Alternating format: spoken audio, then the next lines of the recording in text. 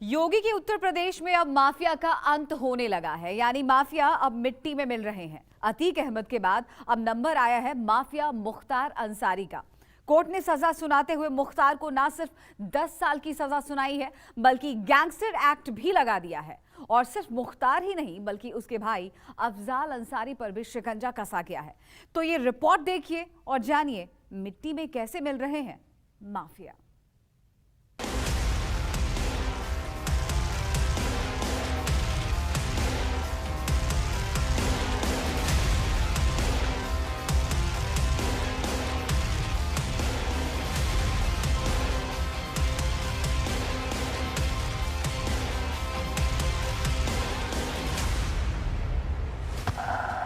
अतीक अहमद मिट्टी में मिला, अंसारी ब्रदर्स को सजा।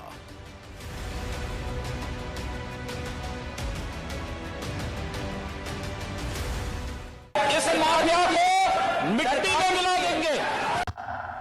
यूपी में माफिया साफ, एक एक का हो रहा हिसाब।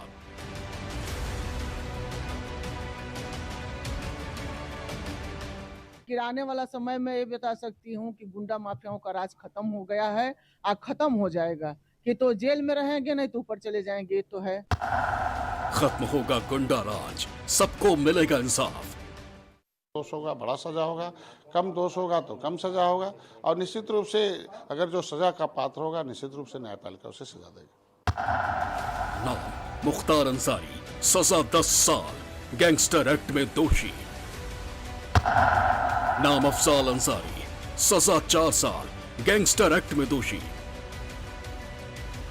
एक एक कर हिसाब हो रहा है, एक एक कर इंसाफ हो रहा है, एक एक कर उत्तर प्रदेश में माफिया साफ हो रहा है। न किसी को बख्शा जाएगा, न किसी को माफ किया जाएगा, सबको उनके गुनाहों की सजा मिलेगी। अतीक अहमद के मर्डर के मिट्टी में मिल जाने के बाद उत्तर प्रदेश में अब माफिया मुख्तार अंसारी का नंबर लगा है। गाजीपुर की एमपी एमएलए कोर्ट ने माफिया मुख्तार अंसारी पर बड़ा फैसला सुनाया है। कोर्ट ने माफिया मुख्तार अंसारी को 10 साल की सजा सुनाई है। मुख्तार अंसारी को 10 वर्ष की कारावास और 5 लाख रुपए अर्थदंड से माननीय न्यायालय द्वारा दंडित किया गया है। और अफजाल अंसारी को 4 वर्ष के कारावास और 1 लाख रुपया अर्थदंड से दंडित किया गया। यूपी में एक एक कर एक एक माफिया का हिसाब हो रहा है। कहानी 90 के दशक की हो या उससे भी पुरानी, हर एक विलन को उसके गुनाहों की सजा सुनाई जा रही है। मुख्तार अंसारी के खिलाफ गैंगस्टर एक्ट में सजा इसी का ताजा उदाहरण है। माफिया मुख्तार अंसारी को गैंगस्टर मामले में गाजीपुर की एमपी एमएलए कोर्ट ने 10 साल और उसके भाई बसपा सांसद अफजाल को 4 साल की सजा सुनाई है। मुख्तार पर 5 लाख और अफजाल पर 1 लाख रुपए का जुर्माना कोर्ट ने लगाया है। आज सुबह एमपी एमएलए कोर्ट में फैसले का दिन था और मुख्तार अंसारी की वीडियो कॉन्फ्रेंसिंग से पेशी की गई और उसके बाद अफजाल अंसारी भी कोर्ट पहुंचे थे। करीब 1:30 बजे के आसपास एमपी एमएलए कोर्ट ने मुख्तार अंसारी को सजा का ऐलान किया। मुख्तार अंसारी को 10 साल की सजा और 5 लाख रुपए का जुर्माना लगाया गया। और उसके बाद करीब 2 बजे के आसपास अफजाल अंसारी पर कोर्ट में जिरह शुरू हुई। अफजाल अंसारी को एमपी एमएलए कोर्ट ने, गाजीपुर की एमपी एमएलए कोर्ट ने दोषी करार दिया और उसके थोड़ी देर बाद सजा का ऐलान किया गया। सजा सुनाई गई। अफजाल अंसारी को 4 साल की सजा और 1 लाख रुपए का जुर्माना। अफजाल को कड़ी सुरक्षा के बीच गाजीपुर जेल भेज दिया गया। मुख्तार पहले से ही बांदा जेल में बंद है। इससे पहले तक सांसद अफजाल जमानत पर था। मुख्तार की पेशी जेल से ही वीडियो कॉन्फ्रेंसिंग के जरिए हुई, जबकि अफजाल खुद कोर्ट पहुंचा। अफजाल को 2 साल से ज्यादा की सजा हुई है। ऐसे में उसकी संसद सदस्यता जाना तय है। मुख्तार अंसारी के मामले में फैसला आया है। उनको 10 साल का कारावास और 5 लाख रुपए जुर्माना हुआ है। अफजाल अंसारी के संबंध में 2 बजे एमपी एमएलए कोर्ट में चल रहे इस मामले में बीते 15 अप्रैल को फैसला आना था, लेकिन न्यायाधीश के अवकाश में होने के चलते फैसला नहीं हो पाया था। फैसले के लिए 29 अप्रैल की तारीख तय की गई थी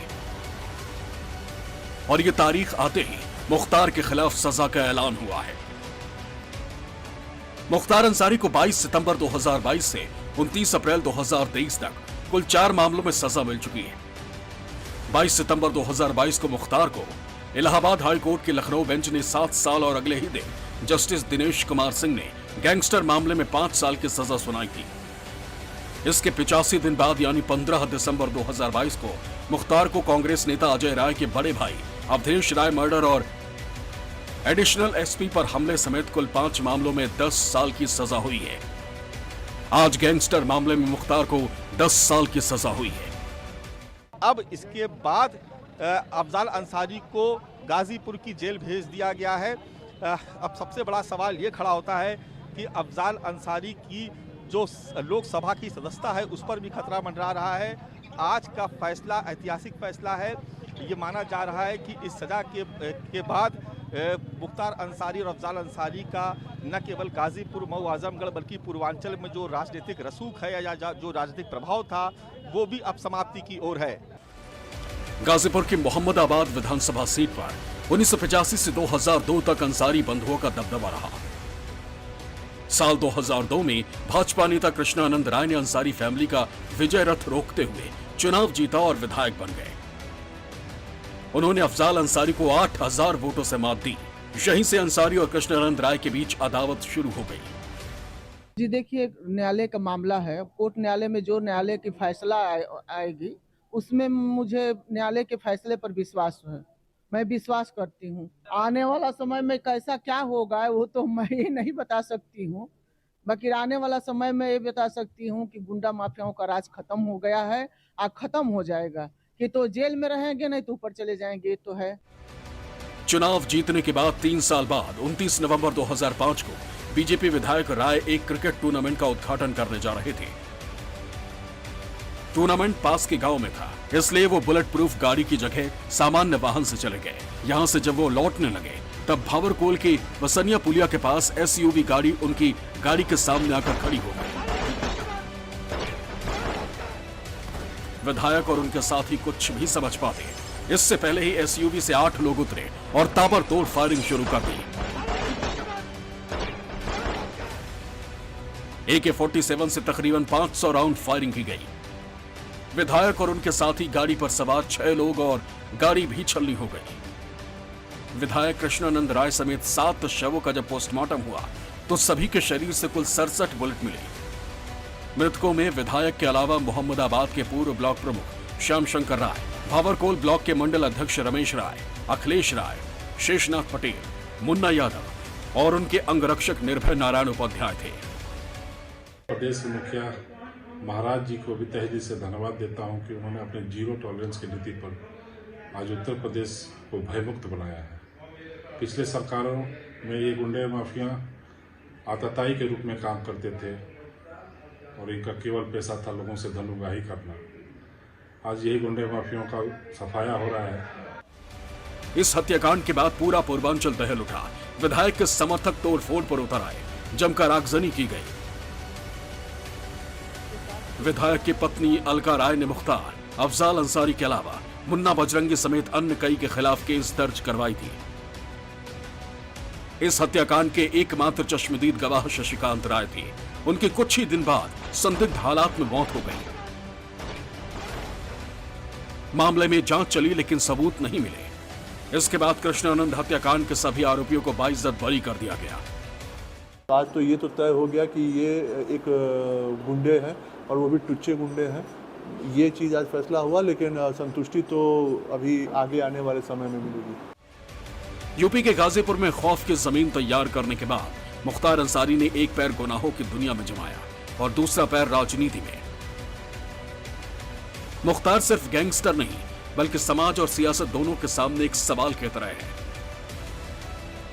अब ये लोगों को तय करना है कि उन्हें अपराध मुक्त समाज चाहिए या गैंगस्टर मुख्तार जैसे लोग। और सियासत को भी ऐसी लक्ष्मण रेखा तय करनी होगी जिसे कोई अपराधी पार करके राजनीति की चौखट तक ना पहुंच सके। गैंगस्टर और गुनाहों का लंबा और खौफनाक इतिहास लिखा है, लेकिन जब कानून का राज स्थापित करना हो तो गुनाहगार का पद और उसका कद नहीं देखा जाता। अब लोग उम्मीद करते हैं कि यूपी समेत देश भर से तमाम गैंगस्टर का खौफ खत्म हो, क्योंकि अपराधी बेखौफ रहेंगे तो समाज बेखौफ होकर सांस नहीं ले सकता। समाज को अपराध से आजादी दिलानी है तो सत्ता और सिस्टम को बेखौफ होकर वही करना चाहिए जो राजधर्म है। Bureau report, news 24।